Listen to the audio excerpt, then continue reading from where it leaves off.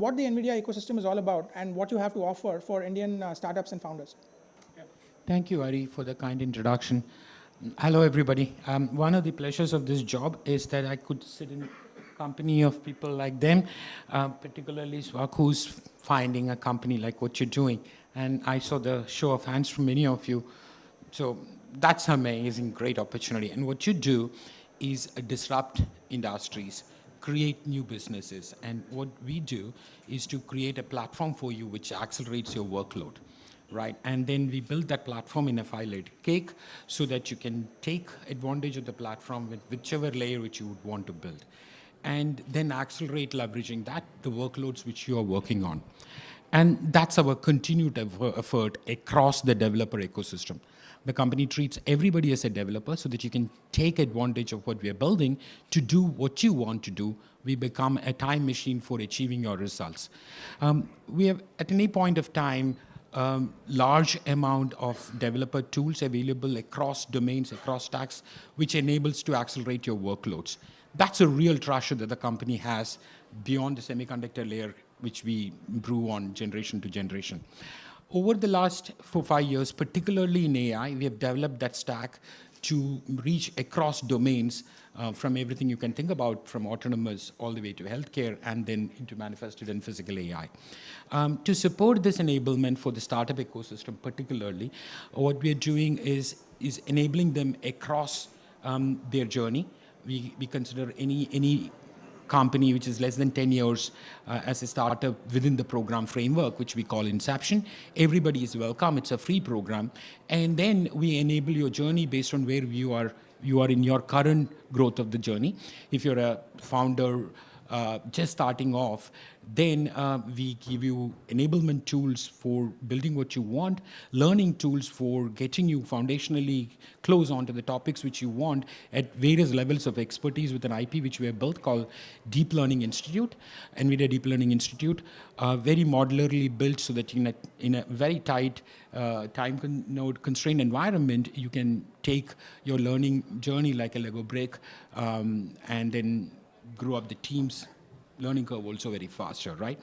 And then enable you in the domain by putting in efforts from our side with our technical teams and route to you all the benefits that the company can offer across various departments to help and enable what you're wanting to do.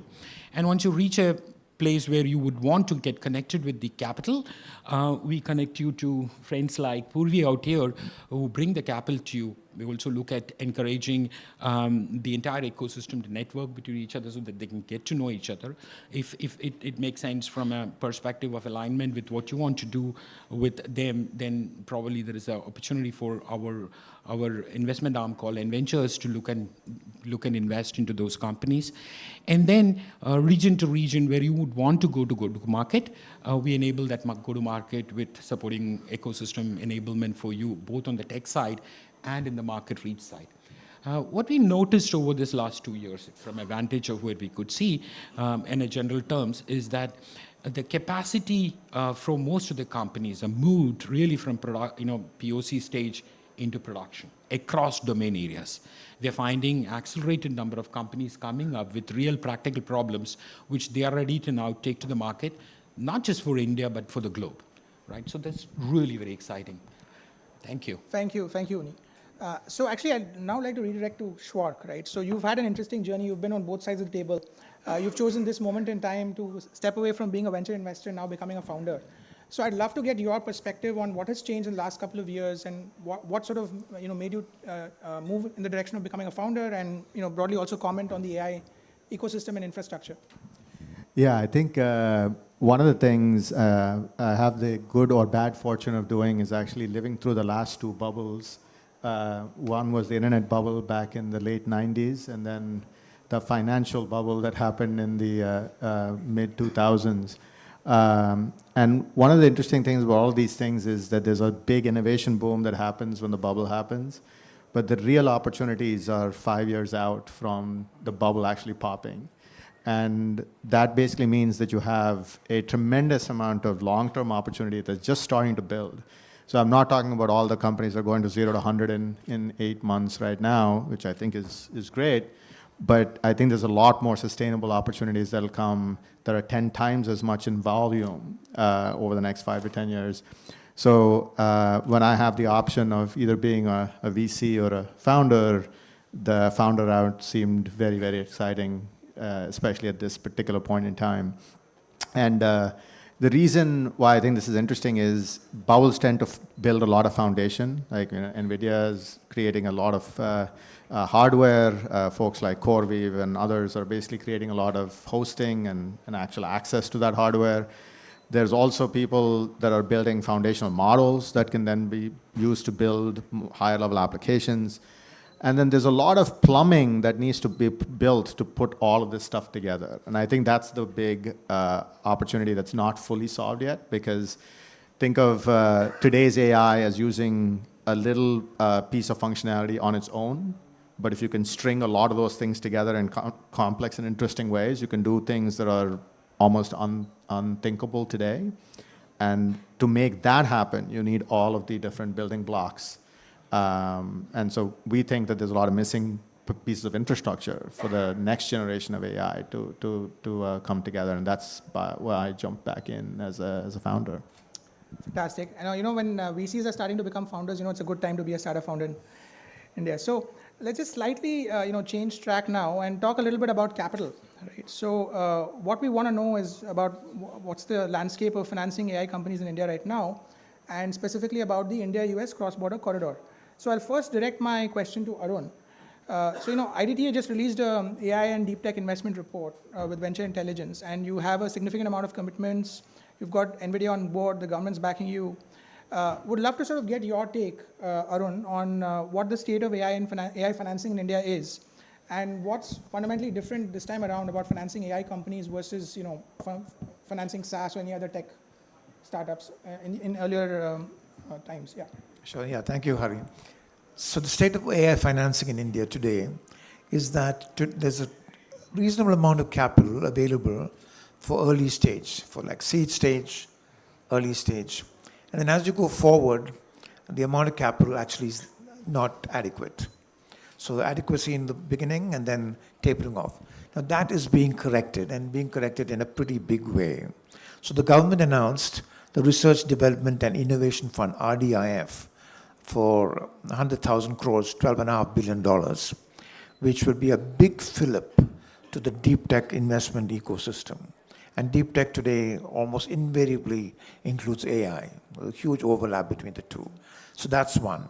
Two is that venture capital firms have been interested in deep tech, and many of us got together, and a group of us got together, and we announced that we will come together under the umbrella of the India Deep Tech Alliance, and together commit significant amounts of money towards deep tech investment in India over the next 5 years.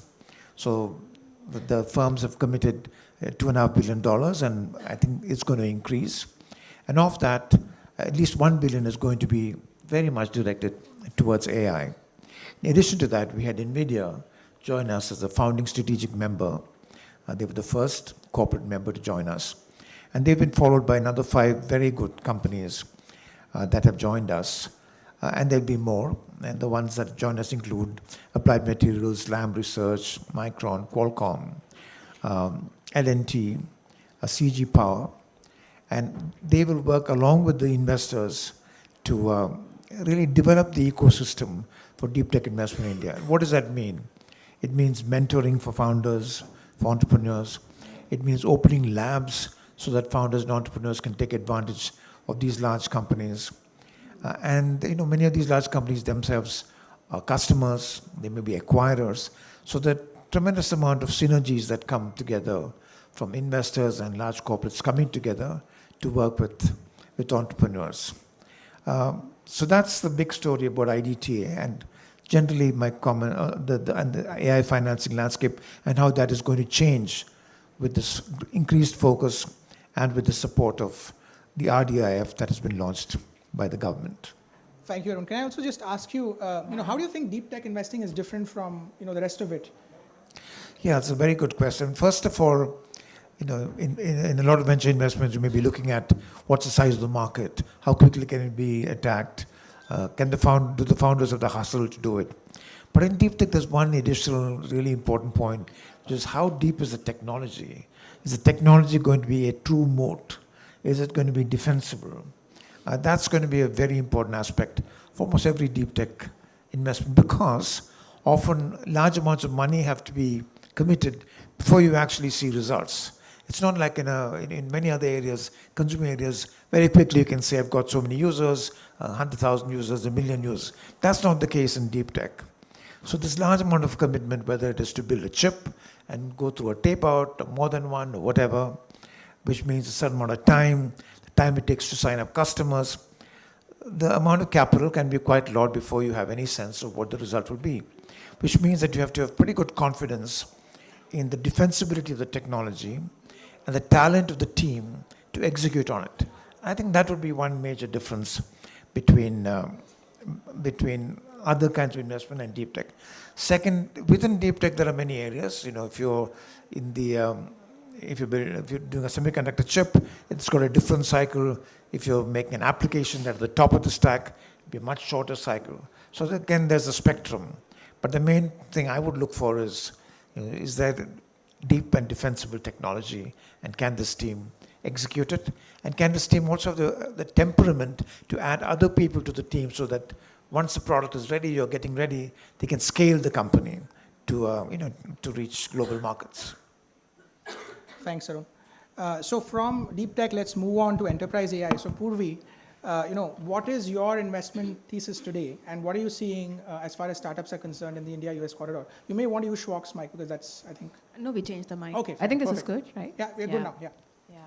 No, see, what has changed, and see, my thesis, like I invest in a lot in infrastructure, middleware, dev tools, and then applications as well, horizontal as well as vertical. See, but the biggest thing and the realization that has happened in the last, and investment thesis keeps changing every 6 months, to be very fair, because things are moving too fast. But one thing that we've come to realize is that an engineer in India versus an engineer in the US is actually fairly using the same tools. They are using the same amount, they are seeing the same problems that probably somebody else in the West is seeing, and that is why they are able to think through what gaps exist, what are the kind of problems they can solve. And that's the reason we are seeing a lot of dev tools, infrastructure, middleware. We are investors in a lot of companies in that space, and they are doing very well. The other thing between India and US is, see, I think historically, and this is again realization from SaaS, that we really started late as an ecosystem, right? We were almost 10, 15 years back, I think Salesforce was the first IPO in the US in the SaaS era. We were Freshworks for the first one for us, which happened almost 15, 17 years after. In AI, we're almost starting at the same time. Maybe, a couple of years here and there, maybe some of the research work happened a lot faster, but I think the information arbitrage, to say so, is actually reducing, and that's why we are seeing Indian entrepreneurs, Indian founders attacking very high quality problems and building solutions that probably in the last, decade we have not seen. And I am personally very excited about the quality of products, and I think we have seen that it's starting to happen, that the quality of product that are coming out of Indian entrepreneurs is actually very, very good. I think the one problem that I see though is, I think Indian adoption is still low. Enterprise AI, I think, the flywheel that needs to happen for an ecosystem to really become big is that there need to be funders, which I think all of us are. There's a lot of capital in the market if someone wants to build companies. So I don't think there is lack of capital. I think there are exceptional founders coming up, very highly technical, really solving smart problems. I do feel like the domestic market, when it comes to adoption, has to really grow. Because if that doesn't grow, everyone is just going to move out. And they will start selling where people are going to buy. Mm-hmm. So that's where, there's been a lot of urge. And we have an internal team, not just for an AI portfolio, because AI portfolio is obviously having an AI adoption. But all our non-AI companies in consumer tech, fintech, we actually have teams which work with them to make sure that they are focusing on AI and adopting AI internally in their teams. And that's something that we keep pushing other teams to do a lot more as well. So that domestic market has to really grow. No, definitely. I mean, AI is not just AI startups agenda, but everyone's agenda. No, definitely makes sense. Thanks for bringing that perspective. So I think, I think we can probably move on to sort of talking about the next sort of set of questions, which I largely had around what is a better place to start a new company today. right? And Schwark, maybe this is to you, right? So you spent time in India, you worked in the Valley, and would love to sort of understand if there's a young founder today looking to start up, should they sort of consider, let's say, starting up in a Chennai or a Bangalore, or should they think about how could I move to San Francisco, right? How do you sort of think about that and make that decision? That's an excellent question. And I think the way to think about it, I think Purvik had a good framework for it, which is it's about where the founders or engineering is and where the market is. I think in India, the market is probably less mature, so you probably have less people buying. In and around Silicon Valley, you probably have more people buying. Generally, I'd say across the United States, you probably have a little bit more of a buying mindset right now for different kinds of technologies. So you definitely want to be selling there. In terms of where you can build, I think you can totally build out of Bangalore. There's no reason you can't build out of Bangalore anymore, or Chennai in our case. And I think we can build technologies pretty much anywhere in the world as long as you have the right go-to-market infrastructure in the right markets that have the most demand. The quality of engineering in the engineering talent in India is substantially different. I actually started a company in India in 2000, and we're doing this again now in 2026. In those 25 years or so that's transpired in between, the quality of the talent that's available in India is kind of leapfrogged by leaps and bounds. So the talent's here, the infrastructure is there, like Uni and team are making all that stuff available to folks here. So there's capital from folks like Purvi and others. So there is definitely all the different ingredients to try and build are available here. And especially if the Indian government actually makes even more of that GPU type compute available in a subsidized manner to startups, that'll be an even bigger reason to try and build out of India. But I think building out of India just makes a lot more sense, but as long as you have the right bridge to your go-to-market markets. Right. Yeah. Arun, please. Yeah. Yeah, I'd like to just build on that point, because I think India's huge competitive advantage today is going to be the capital efficiency. Because when you have the talent and you have the availability of the capital can go a much further way in India.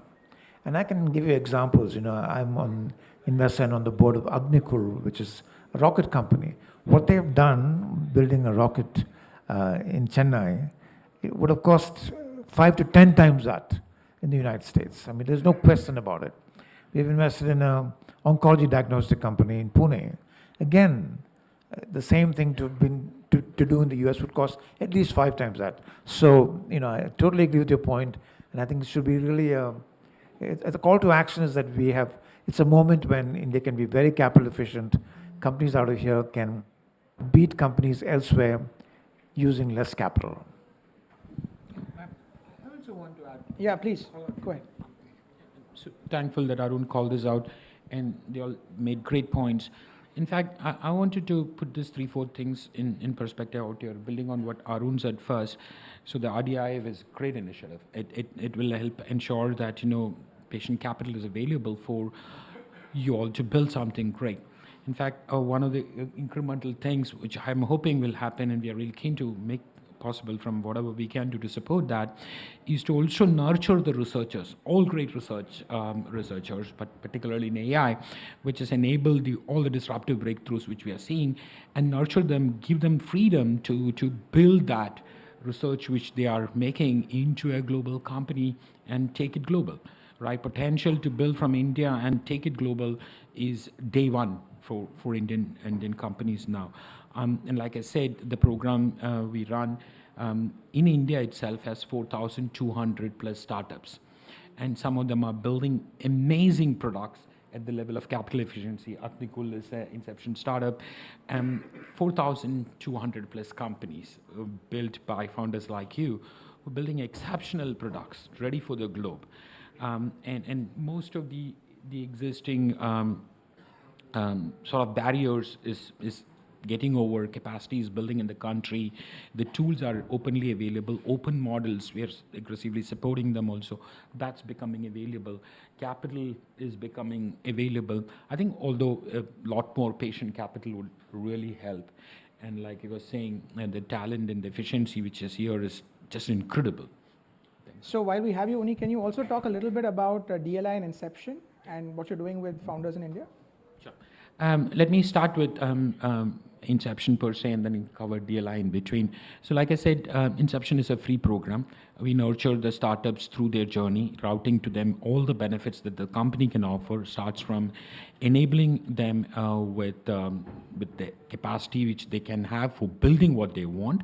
First part of that is to give you tools to build which you want with credits and rebates on our compute infrastructure, cloud credits from all our partners, the hyperscalers, plus local cloud capacity, which we build in country from them also, in here in country, like from the Yota, which is building GPU cloud, and from all the hyperscalers, which they have individual programs. So we route them to you so that you can leverage them to build what you want within the program framework that they are offering. So you have a choice, and you can take advantage of what would be most useful and beneficial to you based on the program. We support that further with enabling you to build what you want with the tools which we provide.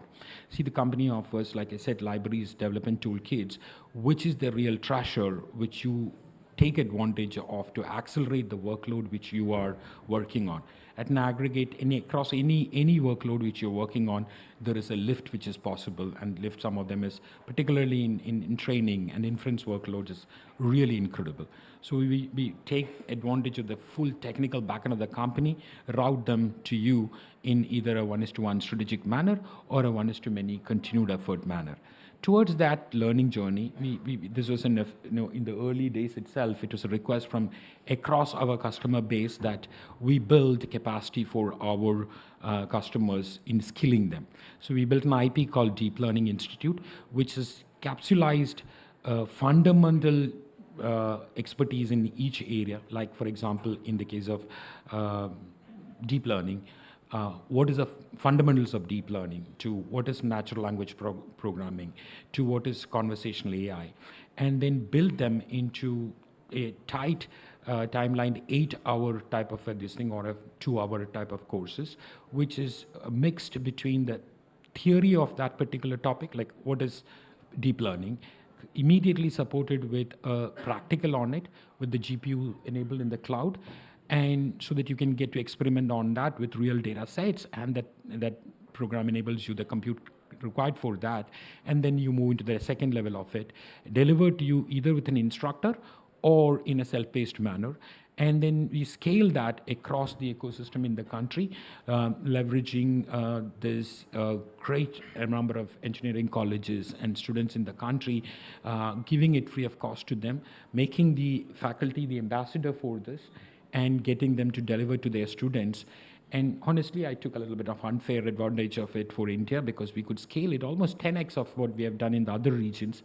Over the last 4 years, we have trained around 300,000 people in the country with Deep Learning Institute. So across domains, we have now almost 30-40 courses on that, offered both in an instructor-led manner and also in self-paced manner. So we offered that support to the startups, giving them credits on that.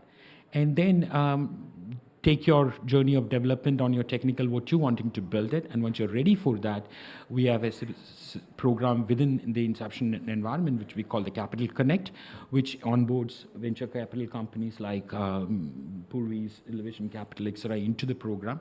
And then we enable connection between you and them. If you want the connection to the capital, we enable them to be exposed to you so that you can directly interact. And we offer also networking opportunities in multiple forms and form factors, which enables that interactions to go on. We also sort of table those opportunities to our investment arm called Inventures, so that they find alignment to this in region to region as a part of their journey. They would look at investing into it. And then once you're ready to go to the market, we enable you to that by connecting you with our ecosystem in that region, our front-end team in that region, so that we can get you to be in that market and enable you into that market, and then celebrate your success. If you have a booth here, I'm hoping and requesting all of you to come and join us. We have put 28 of the top startups in the region out there, from model builders to agentic AI use case builders across healthcare to solving problems in legal to department level problems in any of the use case areas, both on a cloud environment and also with what we have announced with DGX Spark, the GB10 based system, on an air gap mode also. And then voice tech, we are leading that across multiple use cases, is many of them out there with the cost per inference at far lower than the world average currently, which you can yourself see. And then companies which is working on entertainment to healthcare, physical AI across AMRs to drones, and building disruptive technologies. I request you all to come and look at it and hopefully celebrate them. Thank you, Oni. I think that's been a pretty detailed explanation of what NVIDIA has to offer. So I think we spoke a little bit, we touched upon how on the supply side we are sort of sorted. I mean, cost of capital, we touched upon it, talent availability in India, and sort of awareness and readiness to sort of attack difficult problems in middleware. I want to spend a little bit of time on the demand side of enterprise AI, right? So which is, what can startups do today? And I'll start with Purvi, to sort of make sure that they're able to get traction with enterprises, right? So where's the gap? If I'm a young founder, it makes a lot of sense for me to build something that's B2C. But if I want to get traction with enterprises, what could I do today, especially in the AI space, to show that, to demonstrate that I'm mature and I'm a trusted partner? Yeah, sure. See, I think, I mean, to get into any enterprise, that's a tough thing. But just go and chat with people. There are thousands and thousands of problems in any enterprise today.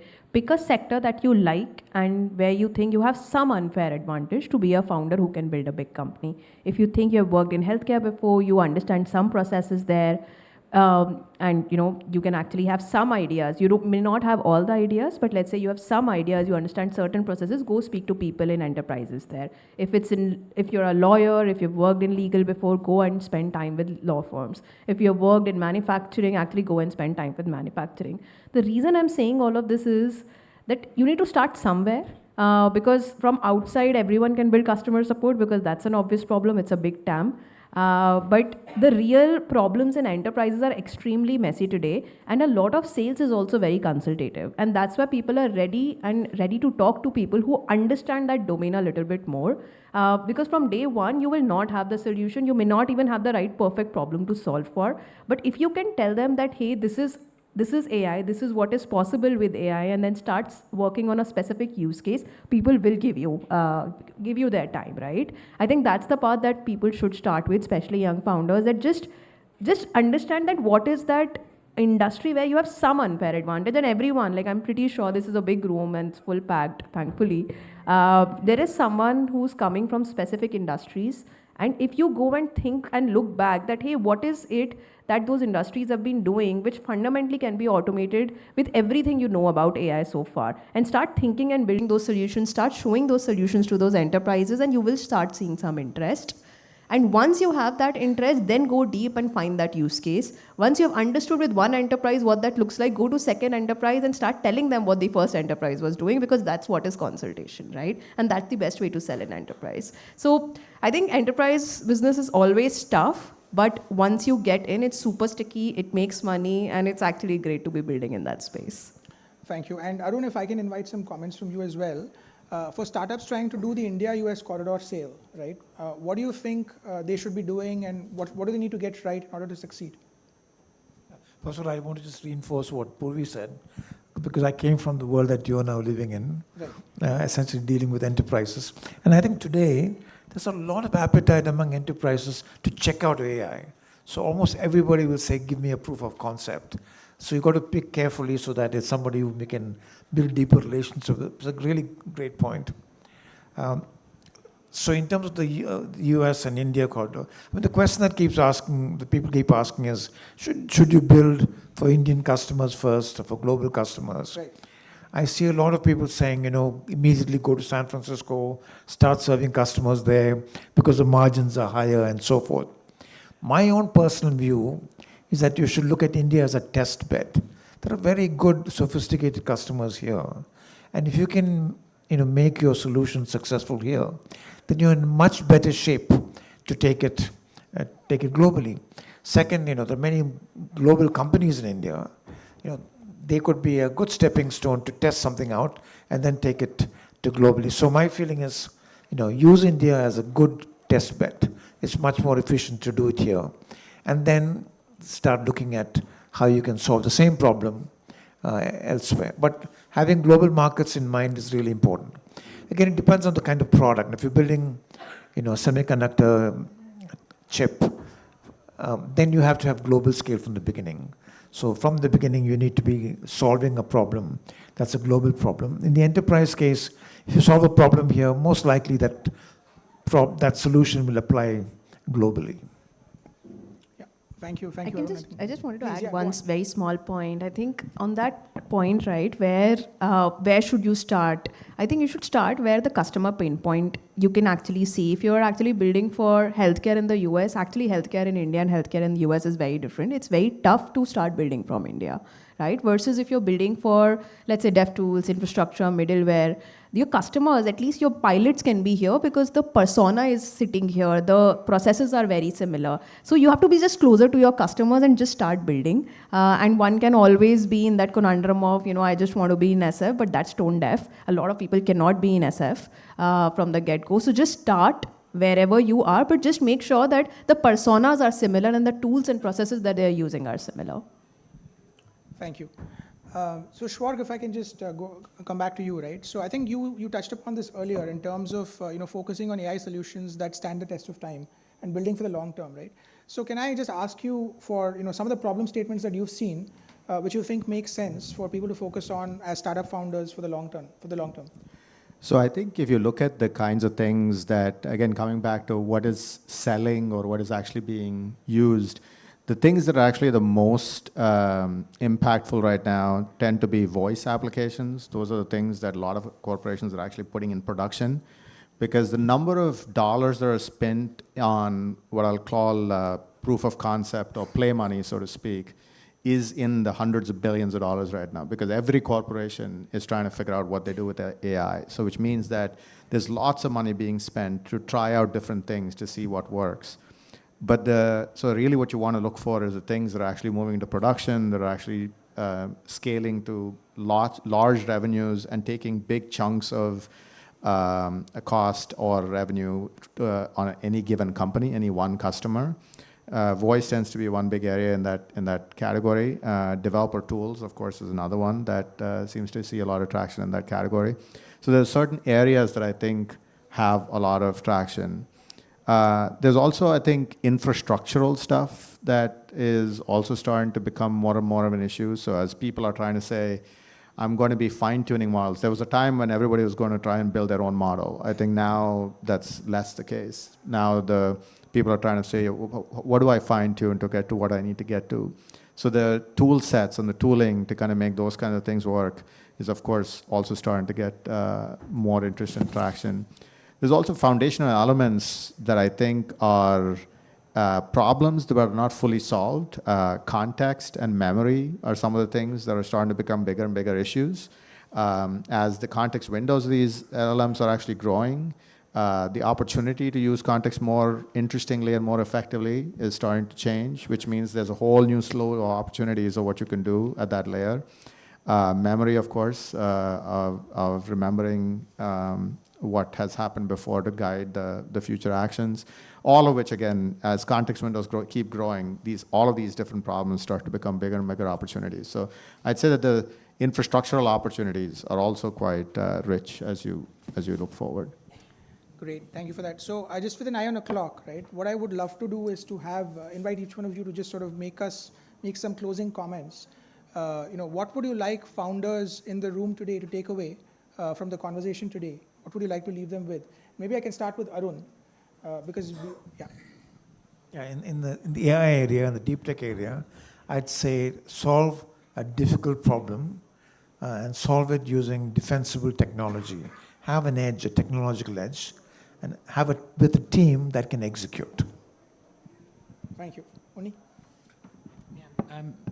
Building on what Arun was saying, I think that becomes the foundation, right? From there, I think your limitations are no more what your limitations was earlier. None of those, I think, exist today, right? With AI becoming possible and opening up markets the way it is doing. So think global, think bigger, and make it a hard problem which will be difficult for others to follow through without that much mode being crossed over, right? So that's my thought. So I think I'll pick on something Arun said a little bit earlier. I think India has some very unique advantages. I think cost advantages being one of them. I think AI specifically has real ways you can leverage that in some making it a superpower.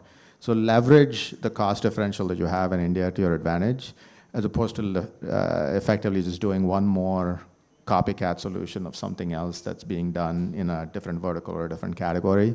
You can, in fact, train or fine-tune and do things, because the labor that you might need in order to make that happen might be impossible to do anywhere else in the world, but you can actually get that done here. So there's some very interesting opportunities.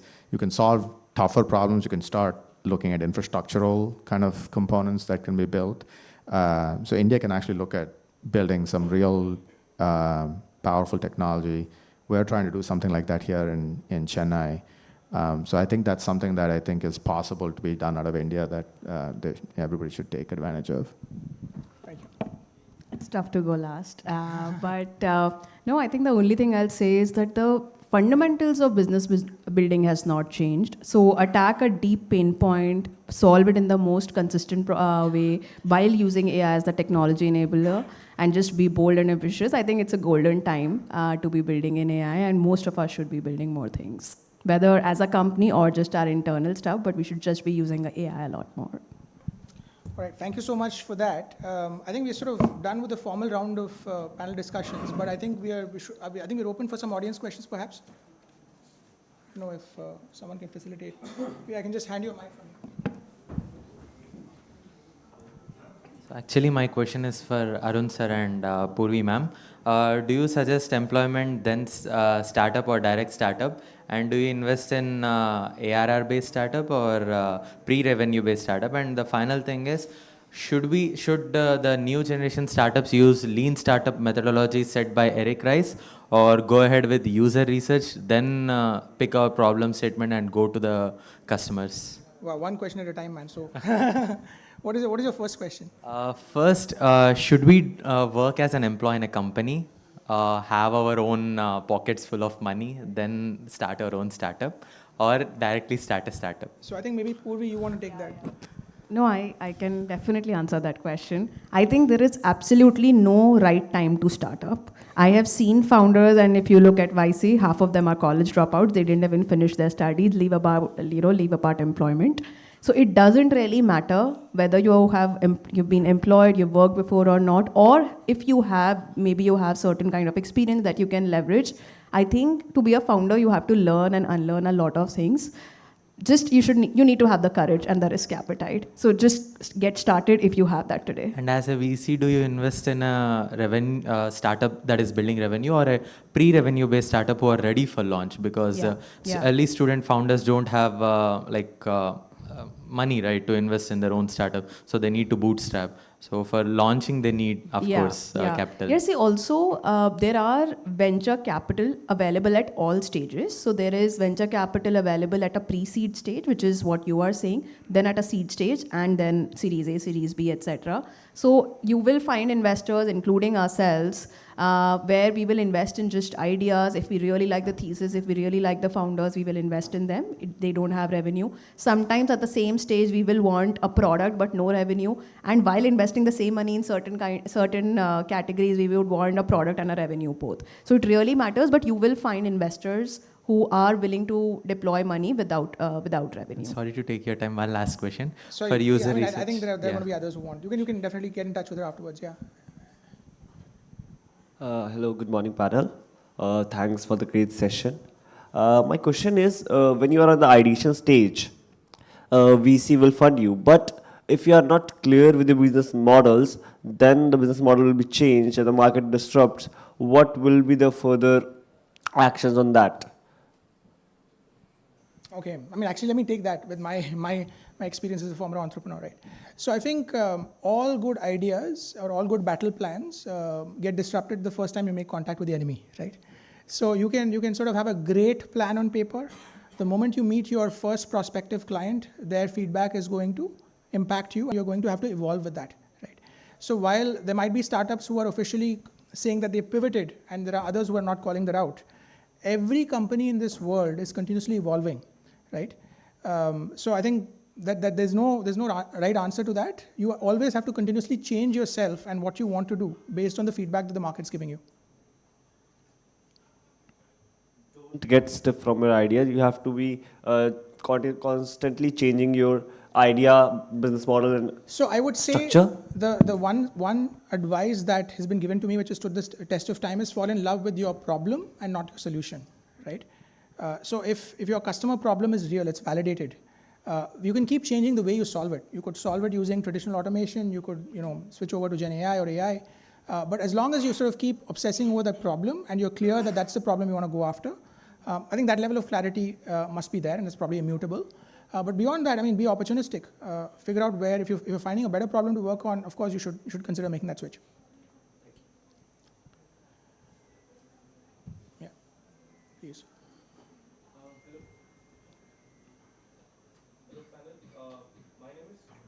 Hello panel, my name is Samir Nigam and I am the founder of AI Society, which is a consulting and training company for startups. We consult people how to invest into startups. So recently I got an offer from a founder.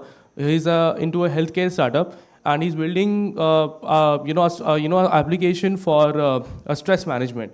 So, and I got an offer for a CTO.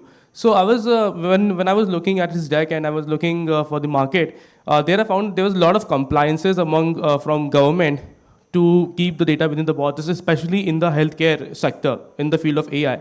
So how can and we are also looking for the funding obviously, and how can we make this work into whenever we go to funding rounds, they always force a lot into keeping the data within the borders for the future perspective. So how can we So let me try to reframe that question. I think we spoke a lot about India-US corridor. So I think the question is really, how does data localization rules impact that decision making of should you start up in India or abroad, and how you frame your exactly. cost structure. I'm happy to take that.